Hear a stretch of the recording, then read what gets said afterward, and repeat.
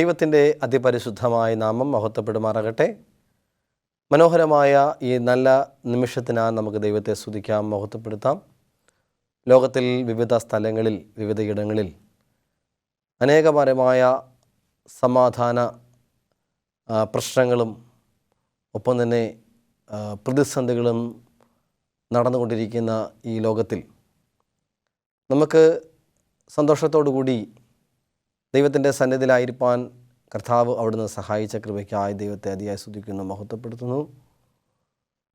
നാം ഇതുവരെ ചിന്തിച്ചു കൊണ്ടിരുന്ന വിഷയം എന്ന് പറയുന്നത് സമാഗമന കൂടാരം എന്ന വിഷയമാണ് നാം ചിന്തിച്ചു കൊണ്ടിരിക്കുന്നത്. അതിൻ്റെ തുടർന്നുള്ള ദൈവവചന പ്രഘോഷണത്തിലേക്ക് എല്ലാവർക്കും സ്വാഗതം.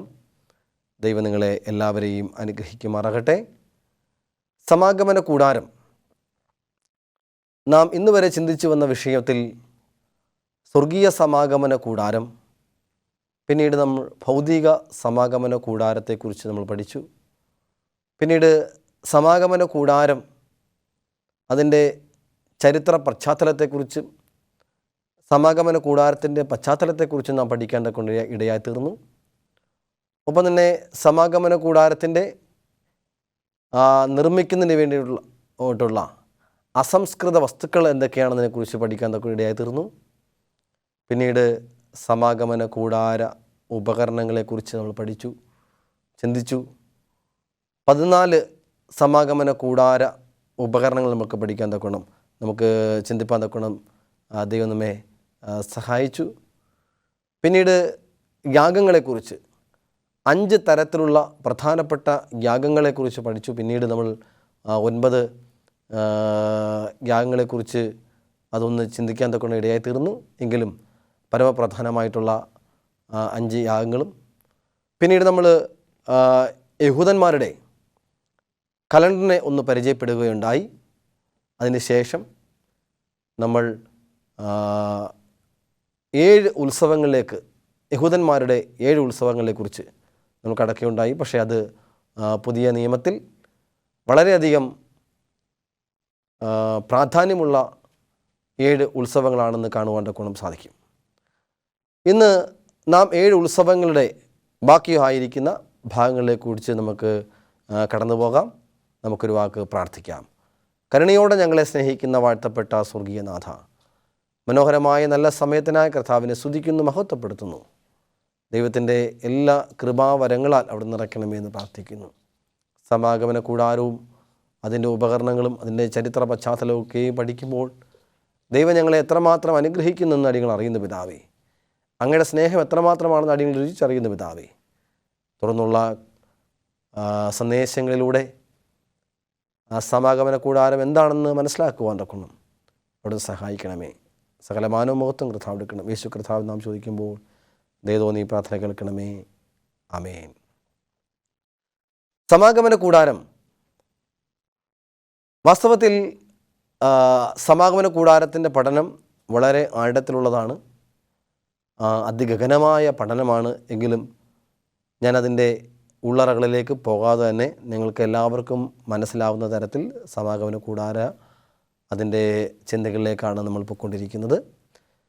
പ്രധാനപ്പെട്ട കാര്യങ്ങൾ മാത്രമാണ് നമ്മളിവിടെ ചിന്തിച്ചു കൊണ്ടിരിക്കുന്നത്.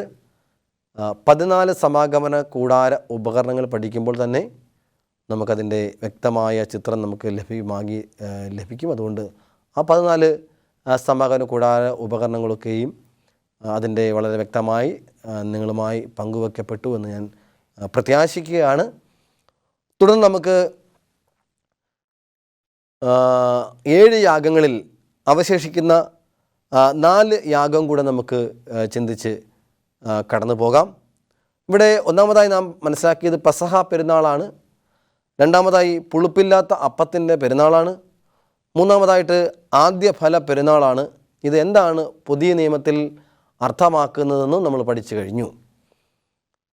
പെസഹ എന്ന് പറയുന്ന കർത്താവായ യേശു ക്രിസ്തുവിൻ്റെ മരണമാണ്. ഒപ്പം തന്നെ പുളിപ്പില്ലാത്ത അപ്പത്തിൻ്റെ പെരുന്നാളും കർത്താവായ യേശു ക്രിസ്തുവിൻ്റെ മരണമാണ്. അതുകൂടാതെ തന്നെ ആദ്യഫല പെരുന്നാളെന്ന് പറയുന്നത് കർത്താവായ യേശു ക്രിസ്തു ഉയിർത്തെഴുന്നേറ്റതിൻ്റെ പ്രതീകമായിട്ട് അല്ലെങ്കിൽ നിഴലായിട്ടാണ് അവിടെ അത് യഹൂദ ജനങ്ങൾ ആഘോഷിച്ചു കൊണ്ടിരുന്നെന്ന് കാണുവാൻ തക്കോണം സാധിക്കുന്നു. ഇനി അടുത്ത ഉത്സവമാണ് പെന്തക്കോസ്ത് പെരുന്നാൾ എന്ന് പറയുന്നത്. അത് ഒരു ദിവസമാണ് അതിൻ്റെ കാലയളവ് എന്ന് പറയുന്നത്. ലേവ്യ പുസ്തകം 23:15 മുതൽ 21 വരെയുള്ള ഭാഗങ്ങളാണ് നമുക്ക് പെന്തക്കോസ്ത് പെരുന്നാളിനെ കുറിച്ച് നമുക്ക് ബൈബിളിൽ തരുന്ന ഏറ്റവും ഫലപ്രദമായ വിവരണങ്ങളിലൊന്നാണ്. ലേവ്യ പുസ്തകം 23-ാമത്തെ അധ്യായം അതിൻ്റെ 15 മുതൽ 21 വരെ കിടക്കുന്ന അധ്യായങ്ങളിൽ പെന്തക്കോസ്ത് പെരുന്നാളിനെ കുറിച്ച് വളരെ ഗഹനമായി നമുക്ക് കാണുവാൻ തക്കവണ്ണം സാധിക്കും. കൂടാതെ ബൈബിളിൻ്റെ മറ്റ് ഭാഗങ്ങളിലൊക്കെയും നമുക്ക് പെന്തക്കോസ്ത് പെരുന്നാളിനെ കുറിച്ച് കാണുവാൻ തക്കവണ്ണം സാധിക്കും. പെന്തക്കോസ്ത് പെരുന്നാളിനെ സംബന്ധിച്ച് ആഴത്തിൽ പഠിക്കുമ്പോൾ പെന്തക്കോസ്ത് പെരുന്നാൾ നമുക്കറിയാം, ഇവിടെ ആദ്യഫല പെരുന്നാൾ കഴിഞ്ഞതിന് ശേഷം 50 ദിവസങ്ങൾക്കപ്പുറം കഴിയുമ്പോൾ 50-ാം ദിവസമാകുമ്പോൾ അവിടെ ഒരു ഉത്സവം കൊണ്ടാടും. അതാണ് പെന്തക്കോസ്ത് പെരുന്നാളെന്ന് പറയുന്നത്. അവിടെ യവം കൊയ്തെടുക്കുന്ന യവം അതിൻ്റെ അന്ത്യവും ഗോതമ്പ് കൊയ്ത്തിൻ്റെ ആരംഭവുമാണ്. അവിടെ യവം മുളച്ചു വരുന്നത്, പിന്നീട് അത് കൊയ്ത്തിൻ്റെ അതിൻ്റെ അവസാന ഘട്ടം, അതായത് കൊയ്ത് അവസാനിക്കുന്ന എല്ലാ വിളവുകളും കൂട്ടിവെക്കുന്ന സമയവും ഗോതമ്പ് കൊയ്ത്തിൻ്റെ ആരംഭം കൂടെയാണെന്ന് കാണുന്നതൊക്കെ സാധിക്കും. അപ്പം വിളവെടുപ്പിൻ്റെ സമയമാണ്. അപ്പോൾ വിളവെടുപ്പിൻ്റെ സമയമാണ് പെന്തക്കോസ് എന്ന് പറയുന്നത്. അപ്പോൾ ഇസ്രായേൽ മക്കളെ സംബന്ധിച്ച് വളരെയധികം സന്തോഷവും സമാധാനവും, പിന്നീട് അവർ ആർത്തുല്ലസിച്ച് ആർപ്പോടുകൂടി വയലേലകളിൽ അവർ ആ വിളവെടുപ്പിൻ്റെ സന്തോഷത്തിൻ്റെ സമൃദ്ധിയുടെ ദിനങ്ങളാണ് അവർ അവിടെ ആഘോഷിച്ചു കൊണ്ടിരിക്കുന്നതെന്ന് കാണുവാൻ ഗുണം സാധിക്കും. അങ്ങനെ പെന്തക്കോസ്ത് നാളെന്ന് പറയുന്ന 50-ാം ദിവസം പുതിയ നിയമത്തിലേക്ക് കടന്നു വരുമ്പോൾ നമുക്കറിയാം, കർത്താവ് യേശു ക്രിസ്തു ഉയർത്തെഴുന്നേറ്റതിന് ശേഷം 50-ാം ദിവസം കർത്താവ് യേശു ക്രിസ്തു ഈ ഉത്സവത്തിൻ്റെ ആ പെസഹ പെരുന്നാൾ കൂടുന്ന അതേ സമയത്ത് തന്നെയാണ് കർത്താവ് യേശു ക്രിസ്തു അവിടെ പെസഹ ആചരിച്ചു കൊണ്ടിരുന്നത്. ഒപ്പം തന്നെ പെസഹ പെരുന്നാൾ ആചരിച്ചു കൊണ്ടിരുന്ന ശേഷം പിന്നീട് അവിടെ മാളിക മുറിയിൽ കർത്താവ് ശിഷ്യന്മാരും പെസഹ വ്യാഴത്തിൽ അവിടെ അവർ പെസഹ ആചരിച്ചു കൊണ്ടിരുന്നു. പിന്നീട് അതിനുശേഷം വെള്ളിയാഴ്ച കർത്താവ് യേശു ക്രിസ്തു മരണപ്പെടുന്നു. അത് പുളിപ്പില്ലാത്തപ്പത്തിൻ്റെ പെരുന്നാളാണ്. പിന്നീട് 3-ാം ദിവസമായ ആദ്യഫല പെരുന്നാളായിട്ട് അല്ലെങ്കിൽ കർത്താവ് യേശു ക്രിസ്തു ഉയർത്തെഴുന്നേൽക്കുന്നു. പിന്നീട് 50-ാം ദിവസം, കൃത്യമായി പറഞ്ഞാൽ 50-ാം ദിവസമാകുമ്പോൾ ദൈവത്തിൻ്റെ പരിശുദ്ധാത്മാവ് ഈ ഭൂമിയിലേക്ക് കടന്നു വരുന്നു. കർത്താവ് യേശു ക്രിസ്തു വാഗ്ദാനം ചെയ്ത പരിശുദ്ധാത്മാവ് ഭൂമിയിലേക്ക് കടന്നു വരുന്ന വിളവെടുപ്പിന് വേണ്ടി, അല്ലെങ്കിൽ ഗോതമ്പ് കൊയ്യുന്നതിന് വേണ്ടി എന്ന് പറഞ്ഞാൽ യവം കൊയ്തെടുത്തു. ആ യവക്കൊയ്ത്ത് കഴിയും എന്ന് പറഞ്ഞാൽ തൻ്റെ യഹൂദന്മാരുടെ പ്രവർത്തനത്തിൽ അവരെയൊക്കെയും ദൈവത്തിലേക്ക് മാറ്റിയ ശേഷം പിന്നീട് ലോകത്തിൻ്റെ നാനാഭാഗങ്ങളിലേക്ക് പോകുന്നതിന് വേണ്ടി ഗോതമ്പ് കൊയ്ത്തിൻ്റെ ആരംഭത്തിലും വലിയ വിളവെടുപ്പിൻ്റെ സമയത്തും അവിടെ നമുക്ക് കാണുന്നതൊക്കെ സാധിക്കും. അപ്പോൾ ദൈവത്തിൻ്റെ പരിശുദ്ധാത്മാവ് ഇറങ്ങി വന്ന് അനേക വിളവുകൾ കൊയ്തെടുക്കുന്നത് കാണുന്നതൊക്കെ സാധിക്കും. പെന്തക്കോസ്ത് നാളിന് ശേഷം ധാരാളം ആളുകൾ, അനേകം ആളുകൾ, 60 പേര്, 120 പേര്, പിന്നീട് 5000-ഓളം പേര്, പിന്നെ ലോകത്തെല്ലായിടത്തുമുള്ള ആളുകൾ, അന്നുണ്ടായിരുന്ന യഹൂദ സമൂഹത്തിലുള്ള സർവത്ര ആളുകൾ, അനേകം ആളുകൾ കർത്താവിൻ്റെ വചനം കേട്ട് തൻ്റെ ശിഷ്യത്വം സ്വീകരിച്ചുകൊണ്ട് ശിഷ്യന്മാരുടെ സുവിശേഷ പ്രഘോഷണങ്ങൾ കേട്ടുകൊണ്ട് അനേക ആളുകൾ കടന്നു വന്നതായി നമുക്ക് വിശുദ്ധ വേദപുസ്തകത്തിൽ മനസ്സിലാക്കുവാൻ തൊക്കെ സാധിക്കുന്നു. അപ്പോൾ പെന്തക്കോസ്ത് പെരുന്നാൾ എന്തിനു വേണ്ടിയാണ് യഹൂദന്മാർ ആചരിച്ചു കൊണ്ടിരുന്നത്? ഇപ്രകാരമുള്ള ഇനി വരാൻ പോകുന്ന വലിയൊരു പെന്തക്കോസ്ത് പെരുന്നാളിൻ്റെ അതിൻ്റെ മുന്നോടിയായിട്ടാണ് യഹൂദന്മാർ അവിടെ ആഘോഷിച്ചു കൊണ്ടിരുന്നെന്ന് നമുക്ക് കാണുവാൻ ഗുണം സാധിക്കും. അതുകൊണ്ട് കഥാവിൽ പ്രിയ ദൈവമക്കളെ, നമ്മൾക്കും ആ പെന്തക്കോസ്തിൻ്റെ അനുഭവം ഇപ്പോഴും ഉണ്ടായിക്കൊണ്ടിരിക്കുന്നു. അതുകൊണ്ട് ദൈവത്തിൻ്റെ പരിശുദ്ധാത്മാവിനെ പ്രാപിക്കുക, കർത്താവിൻ്റെ വേല ശക്തിയുക്തം ചെയ്യുക. നമ്മളാൽ കഴിയുന്ന അനേകരെ ദൈവത്തെങ്കിലേക്ക് നേടുവാണ്ടാക്കുവാൻ ദൈവം നമ്മെ ഇടവരുത്തുമാറാകട്ടെ. നമ്മൾ പോകുന്ന യാത്രകളിൽ, ഒപ്പം തന്നെ നമ്മുടെ ബന്ധുമിത്രാദികളിൽ, ഒപ്പം തന്നെ നമ്മൾ താമസിക്കുന്ന ഇടങ്ങളിൽ, നമ്മൾ യാത്ര ചെയ്ത് ചെല്ലുന്ന താൽക്കാലികമായി ചെന്ന് ചേരുന്ന പല സ്ഥലത്തും അനേകരെ നമ്മൾ കണ്ടുമുട്ടുന്നുണ്ട്.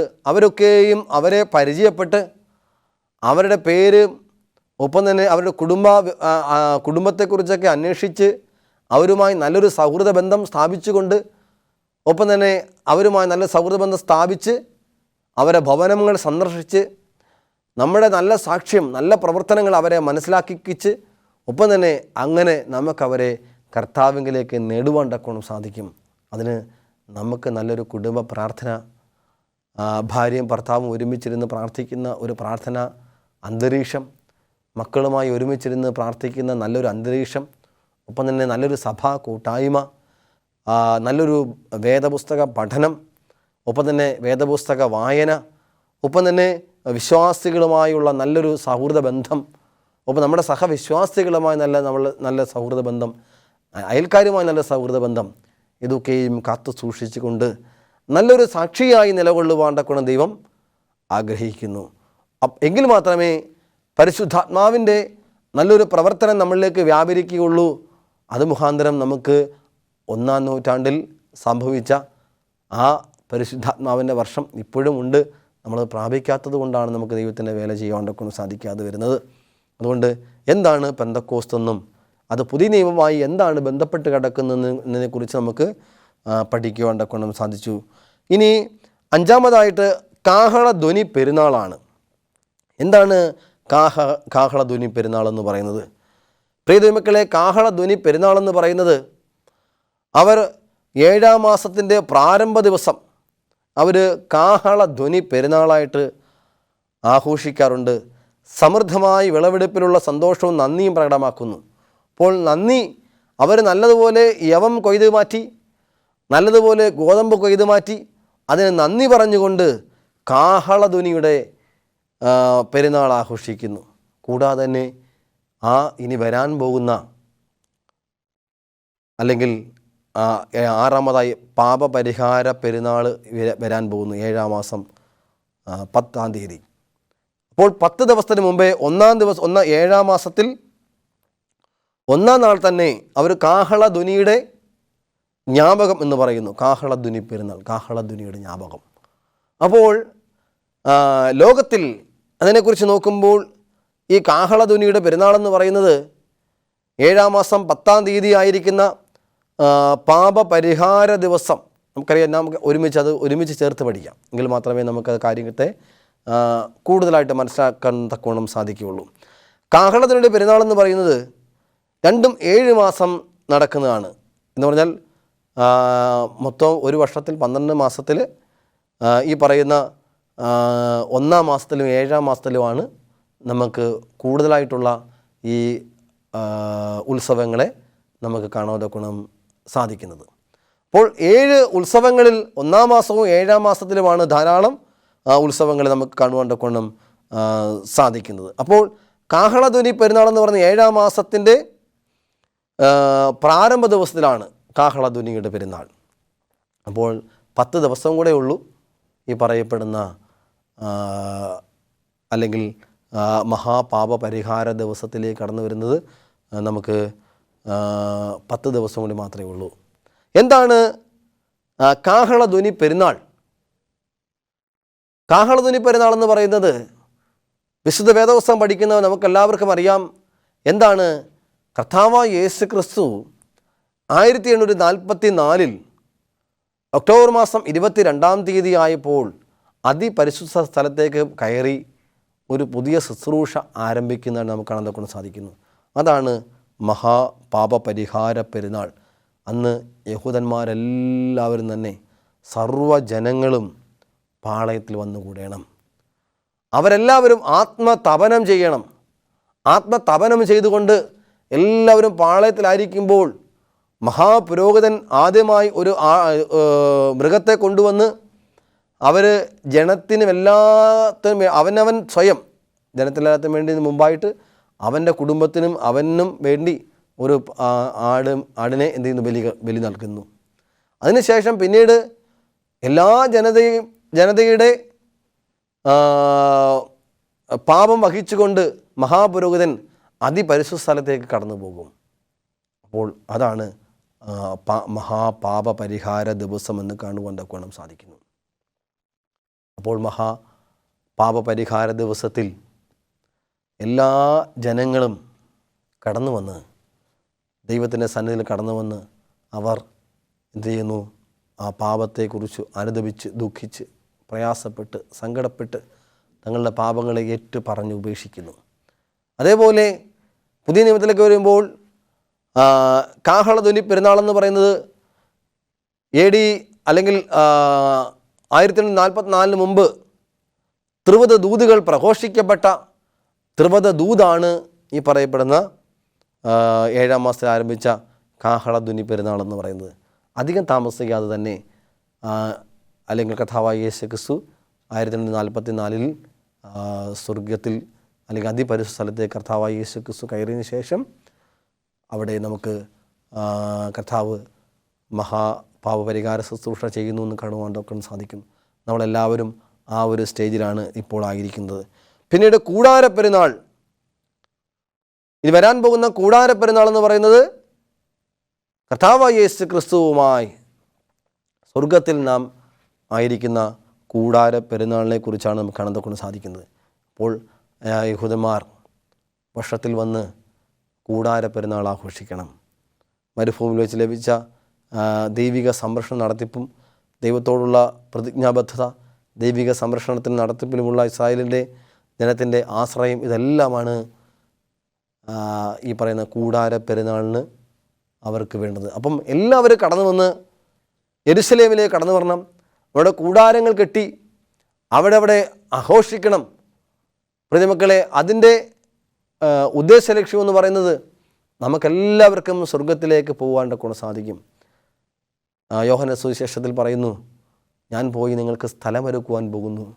ഞാൻ പോയി നിങ്ങൾക്ക് സ്ഥലമൊരുക്കിയാൽ പിന്നെയും വന്ന് നിങ്ങളെ എൻ്റെ അടുക്കൽ ചേർത്തുകൊള്ളുമെന്ന് കർത്താവായ യേശു ക്രിസ്തു പറയുമ്പോൾ ദൈവം ആഗ്രഹിക്കുന്നു നാം എല്ലാവരും തന്നെ കർത്താവിൻ്റെ അടുക്കൽ വന്ന് ആ കൂടാര പെരുന്നാൾ ആഘോഷിക്കണമെന്നാണ് ദൈവം ആഗ്രഹിക്കുന്നതെന്ന് കാണുവാൻ സാധിക്കും. പ്രിയദൈവമക്കളെ, അപ്രകാരം 7 ഉത്സവങ്ങളെക്കുറിച്ച് കാണുവാൻ സാധിച്ചു. ആ 7 ഉത്സവങ്ങളിൽ എല്ലാം പ്രധാനപ്പെട്ട വിഷയമാണ് ദൈവം നമുക്ക് നൽകി തന്നിരിക്കുന്നത്. ഒന്നാമതായി പുളിപ്പില്ലാത്ത അപ്പത്തിൻ്റെ പെരുന്നാൾ. കർത്താവായ യേശു ക്രിസ്തു നമുക്ക് വേണ്ടി അനുഭവിച്ച യാഗങ്ങൾ, തിക്ത അനുഭവങ്ങൾ, കഷ്ടപ്പാടുകൾ, ബുദ്ധിമുട്ടുകൾ, ഇതെല്ലാമാണ് നമ്മൾ കാണുന്ന പെസഹ പെരുന്നാൾ എന്ന് പറയുന്നത്. പെസഹ പെരുന്നാൾ. പുളിപ്പില്ലാത്ത അപ്പത്തിൻ്റെ പെരുന്നാൾ എന്ന് പറയുന്നത് അതുപോലെ തന്നെ കർത്താവായ യേശു ക്രിസ്തു നമുക്ക് വേണ്ടി മരിച്ചു എന്നതിൻ്റെ ഫലമായി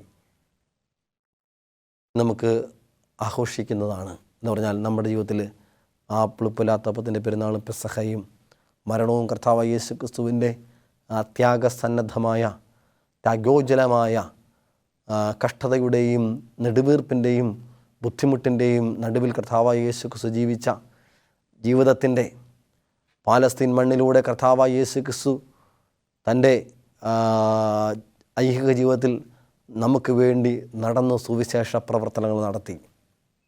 ഒപ്പം തന്നെ അനേക രോഗികളെ സൗഖ്യമാക്കി, അനേക അന്ധന്മാർക്ക് കാഴ്ച നൽകി, അനേകം കുരുടന്മാർക്ക് അല്ലെങ്കിൽ ചെകിടന്മാർക്ക് കർത്താവ് കേൾവി ശക്തി നൽകി, കുഷ്ഠരോഗികളെ സൗഖ്യമാക്കി, അനേകരെ മാറാവ്യാധികൾ, ചന്ദ്രരോഗം തുടങ്ങിയ നിരവധി രോഗങ്ങൾക്ക് കർത്താവായ യേശു ക്രിസ്തു അവരെ സൗഖ്യമാക്കി. പ്രിയതമക്കളെ, ആ യേശു ക്രിസ്തു ഇന്നും ജീവിച്ചിരിക്കുന്നുണ്ട്. ആ യേശു നമുക്ക് വേണ്ടി നന്മ കാര്യങ്ങൾ മാത്രം ചെയ്തുകൊണ്ട് സ്വർഗത്തിലായിരിക്കുന്നു. ആ യേശുവിൻ്റെ കഷ്ടപ്പാടുകളെ യേശുവിൻ്റെ ക്രൂശ് മരണത്തെ അനുസ്മരിക്കുന്നതാണ് പുളിപ്പില്ലാത്തപ്പത്തിൻ്റെ പെരുന്നാളും ഒപ്പം തന്നെ പെസഹായും എന്ന് കാണുവാൻ കൂടി സാധിക്കും. പക്ഷേ ആ യേശു ക്രിസ്തു മരിച്ചാലും വീണ്ടും ജീവിക്കുന്നവനാണ്. മരിച്ച് ഉയർത്തെഴുന്നേറ്റതിൻ്റെ ഫലമായിട്ടാണ് ആദ്യ ഫല പെരുന്നാൾ നമുക്ക് കാണുവാൻ കൂടി സാധിക്കുന്നത്. പിന്നീട് 50-ാം ദിവസം പെന്തക്കോസ്ത് ദൈവത്തിൻ്റെ പരിശുദ്ധാത്മാവിൻ്റെ പരിശുദ്ധാത്മ ഇറങ്ങി വരുന്നു. പിന്നീട് കാഹളധ്വനി പെരുന്നാൾ 1844 ഒക്ടോബർ മാസം 22-ാം തീയതി കർത്താവായ യേശു ക്രിസ്തു അതിപരിശുദ്ധത്തിലേക്ക് പ്രവേശിക്കുന്ന തൊട്ട് മുമ്പായിട്ട് ലോകത്തോട് വിളിച്ച് പറയപ്പെട്ട ത്രിവിധ ദൂതുകളാണ് ഈ പറയപ്പെടുന്ന കാഹളധ്വനി പെരുന്നാൾ. പിന്നെ മഹാപാപപരിഹാര പെരുന്നാൾ എന്ന് പറയുന്നത് 1944 കർത്താവായ യേശു ക്രിസ്തു നമുക്ക് വേണ്ടി അതിപരിശുദ്ധ സ്ഥലത്ത് ഇന്നും പാപത്തിൻ്റെ പരിഹാരം വരുത്തിക്കൊണ്ട് ആയിരിക്കുന്നു. മഹാപുരോഹിതൻ ജെറുസലേം ദേവാലയത്തിൻ്റെ ഉള്ളിൽ ഒപ്പം തന്നെ ആ സമാഗമന കൂടാരത്തിൻ്റെ ഉള്ളിൽ പ്രവേശിച്ച് ആ കൃപാസനത്തിന്മേൽ രക്തങ്ങൾ തളിക്കുന്ന ആ വലിയ ഒരു കാര്യമാണ് നമുക്ക് കാണുവാൻ കൊണ്ടും സാധിക്കുന്നത്. പിന്നീട് കൂടാരപ്പെരുന്നാൾ കർത്താവിനോടൊപ്പം പുതിയ ആകാശം പുതിയ ഭൂമിയിലും യേശു ഒരുക്കിയിരിക്കുന്ന നിത്യമായ നഗരത്തിൽ ഒരുമിച്ച് വാസം ചെയ്യുന്ന, സന്തോഷത്തോടുകൂടി വാസം ചെയ്യുന്ന ആ നല്ല അനുഭവമാണ് കൂടാരപ്പെരുന്നാളെന്ന് കാണുവാൻ കൊണ്ട് സാധിക്കുന്നു. അങ്ങനെ 7 ഉത്സവങ്ങളെക്കുറിച്ച് ചിന്തിക്കുവാനായിട്ട് ദൈവം നമ്മെ സഹായിച്ചു. സമാഗമന കൂടാരത്തിൻ്റെ പരമപ്രധാനമായ വിഷയത്തിലൊന്നാണ് ഈ 7 ഉത്സവങ്ങളെന്ന് പറയുന്നത്. അത് നമ്മുടെ ജീവിതത്തെ സംബന്ധിച്ച് വളരെ വിലപ്പെട്ട ഒന്നാണെന്ന് കാണുവാൻ കൊണ്ട് സാധിക്കും. യേശുവിൻ്റെ മരണവും കഷ്ടപ്പാടുകളും ഉയർപ്പും ഒപ്പം തന്നെ കാഹളധ്വനി പെരുന്നാളും യേശുവിൻ്റെ മഹാപാപപരിഹാര ശുശ്രൂഷയും യേശുവിനോടൊപ്പം സ്വർഗത്തിൽ വസിക്കുന്ന കൂടാരപ്പെരുന്നാളും ഈ ശുശ്രൂഷകളൊക്കെയും യഹൂദന്മാർ നടത്തിപ്പോന്നിരുന്നത് പിൽക്കാലത്ത് അവരെ വീണ്ടെടുക്കുന്ന മശിഹയെക്കുറിച്ചാണെന്ന് കാണുവാൻ കൊണ്ട് സാധിക്കും. ആ മശിഹ പക്ഷേ യഹൂദന്മാരാരും തന്നെ ആ മശിഹയെ വിശ്വസിച്ചിരുന്നില്ല, അവരതിനെ ഉൾക്കൊണ്ടില്ല. പക്ഷേ നമുക്ക് ആ തിരിച്ചറിയാനുള്ള മഹാഭാഗ്യം ദൈവം നമുക്ക് നൽകി. ആ യേശുവിൻ്റെ സ്വഭാവത്തെ, യേശുവിൻ്റെ ജീവിത രീതികളെ രുചിച്ചറിയുവാൻ, കണ്ടുമുട്ടുവാൻ കൊണ്ട് ദൈവം നമ്മെ സഹായിച്ചു. ഒരുപക്ഷെ കേരളത്തിലെ ജനങ്ങൾക്കറിയാം, വർഷങ്ങളോളം അല്ലെങ്കിൽ ഇന്ത്യയിലെ ജനങ്ങൾ പഠിക്കുമ്പോൾ അടിമത്തത്തിലും പീഡനത്തിലും കഴിഞ്ഞിരുന്ന ഒരു ജനസമൂഹത്തിലേക്ക് ദൈവത്തിൻ്റെ ശിഷ്യന്മാർ കടന്നു വന്ന് ആ അന്ത്യകാല കൃപാദൂതുകൾ നമ്മളിലേക്ക് അറിയിച്ചപ്പോൾ നമ്മളത് സ്വീകരിക്കുകയും മനസ്സിലാക്കുകയും ചെയ്ത പ്രകാരം ഇന്നും ആ സുവിശേഷം നമ്മുടെ കാതിൽ മുഴങ്ങി കേട്ടുകൊണ്ടിരിക്കുന്നു. അതുകൊണ്ട് ആ ഉത്സവങ്ങളെ വീണ്ടും നമ്മൾ മനസ്സിലേക്ക് കൊണ്ടുവരിക. ദൈവം നിങ്ങളെല്ലാവരെയും അനുഗ്രഹിക്കട്ടെ. വരും തുറന്നുള്ള സന്ദേശങ്ങളിൽ നമുക്കിനി ബാക്കി ഭാഗം ചിന്തിക്കാൻ ദൈവം എല്ലാവരെയും അനുഗ്രഹിക്കുമാറാകട്ടെ. ആമേൻ. നമുക്ക് പ്രാർത്ഥിക്കാം. കരുണയോടെ ഞങ്ങളെ സ്നേഹിക്കുന്ന വാഴ്ത്തപ്പെട്ട സ്വർഗീയ നാഥ, മനോഹരമായ നല്ല സമയത്തിനെ കർത്താവിനെ സ്തുതിക്കുന്നു, മഹത്വപ്പെടുത്തും. നൽകി തന്നിരിക്കുന്ന എല്ലാ നല്ല ദാനങ്ങൾക്കായി സ്തോത്രം. സകല മാനവമുഖത്വം കർത്താവ് എടുക്കണം. യേശു കർത്താവ് നാം ചോദിക്കുമ്പോൾ ദൈവം ഈ പ്രാർത്ഥന കേൾക്കണമേ. ആമേൻ. ദൈവം എല്ലാവരെയും അനുഗ്രഹിക്കുമാറാകട്ടെ. ആമേൻ.